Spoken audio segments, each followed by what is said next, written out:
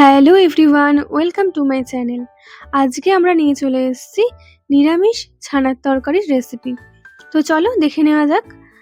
প্রথমে আমরা ক্যাপসিকাম আর টমেটো কুচি কুচি করে কেটে নেব। এখানে একটা বড় সাইজের টমেটো নিয়েছি আর একটা ক্যাপসিকামের হাফ নিয়েছি, সেটাকে এইভাবে কুচি কুচি করে কেটে নিতে হবে।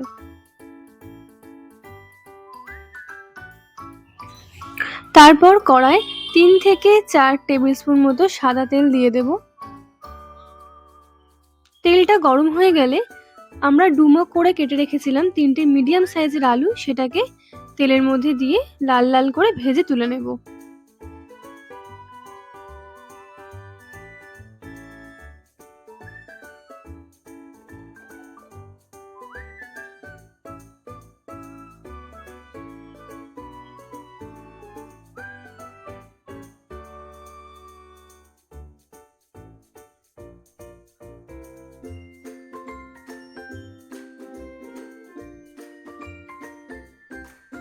তারপর ওই তেলের মধ্যেই একটা বড় সাইজের তেজপাতা, 5-6টা মতো এলাচ, 5টা লবঙ্গ, অল্প করে জিরে আর একটা দারচিনি ছোট দিয়ে দেব। দিয়ে হালকা করে নাড়িয়ে নেব।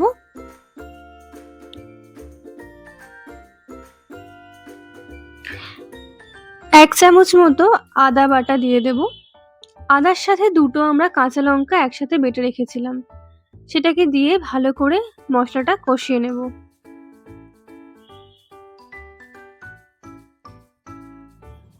তারপর টমেটো দিয়ে দেব। টমেটোটা যাতে তাড়াতাড়ি গলে যায় সেই জন্য অল্প করে লবণ দিয়ে নেব।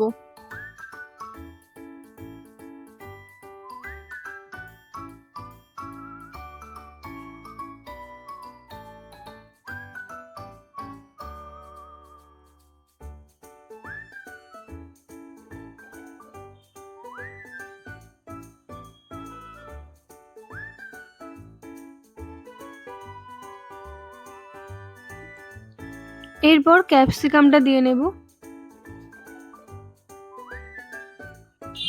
পুরোটাকে হালকা করে কষিয়ে নিয়ে তার মধ্যে 1 চামচ হলুদ গুঁড়ো, 1 চামচ জিরে গুঁড়ো আর 1 চামচ ধনে গুঁড়ো দিয়ে নেব। পুরো মশলাটাকে আমরা ভালো করে কষিয়ে নেব।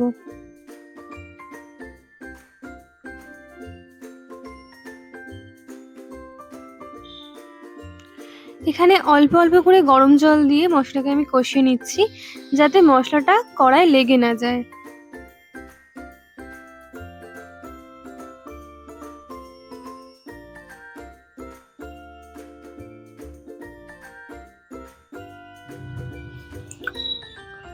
এরপর একদম অল্প করে চিনি ছড়িয়ে দেব, যাতে ঝাল, টক, মিষ্টি সবটা ভালো করে ব্যালেন্স হয়।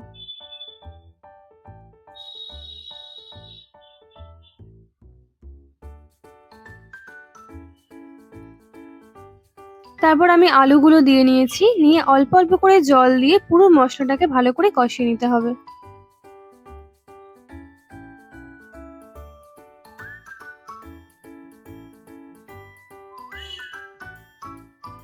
এরপর 1 চামচ নুন দিয়ে দিলাম।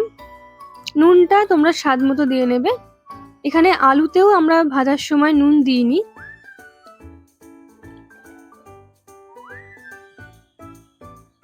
দেখতে পাচ্ছ কি সুন্দর তেল ছেড়ে দিয়েছে পুরো মশলাটা থেকে। এরপর ছানাটা আমরা দিয়ে নেব এর মধ্যে। আমি এখানে 500 গ্রাম ছানা নিয়েছি। ছানাটাকে পুরো আলু মশলার সাথে ভালো করে মিশিয়ে নেব।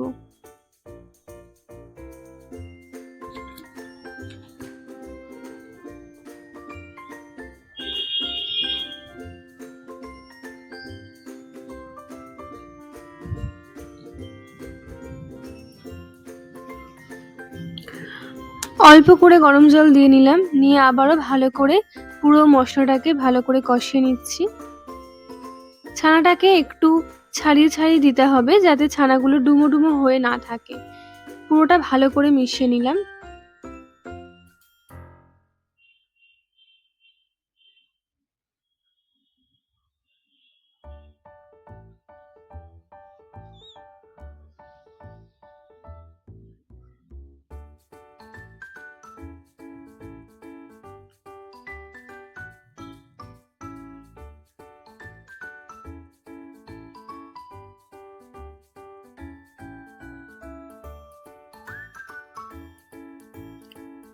এরপর বেশি করে গরম জল দিয়ে দেব। আলুটাও আমাদের সিদ্ধ হবে এবং পুরো রান্নাটা ভালো করে কুকড হয়ে যাবে, সেই মতো বেশি করে গরম জলটা দিয়ে দিতে হবে।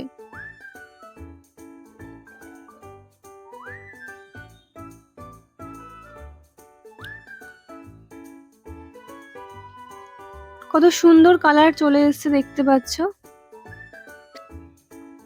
এরপর গ্যাসটাকে আমরা আস্তে করে দেব এবং ঢাকা দিয়ে 15 মিনিট মতো রেখে দেব। 15 মিনিট পরে ঢাকা খুলে দেখতে পাচ্ছ কি সুন্দর কালার চলে এসেছে। এটাকে নাড়িয়ে নিলাম একটু এবং এর ওপর থেকে 4 থেকে 5টা কাঁচা লঙ্কা আমরা হালকা করে ফাটিয়ে দিয়ে দেব। আর দিয়ে দেব গরম মশলা, এই ছোট চামচের 1 চামচ।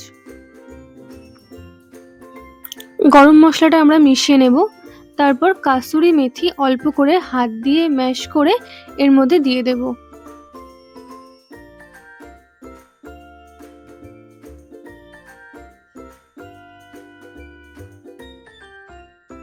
পুরোটা ভালো করে মিশিয়ে নিলাম এবং আমাদের রান্না একদম রেডি। এটাকে আমরা রাতে লুচির সাথে সার্ভ করেছিলাম। আপনারা চাইলে ভাত, পরোটা, রুটি যে কোনো কিছুর সাথেই খেতে পারেন। খুবই সুন্দর হয়, আপনারা অবশ্যই ট্রাই করে আমাকে জানাবেন কেমন লাগলো।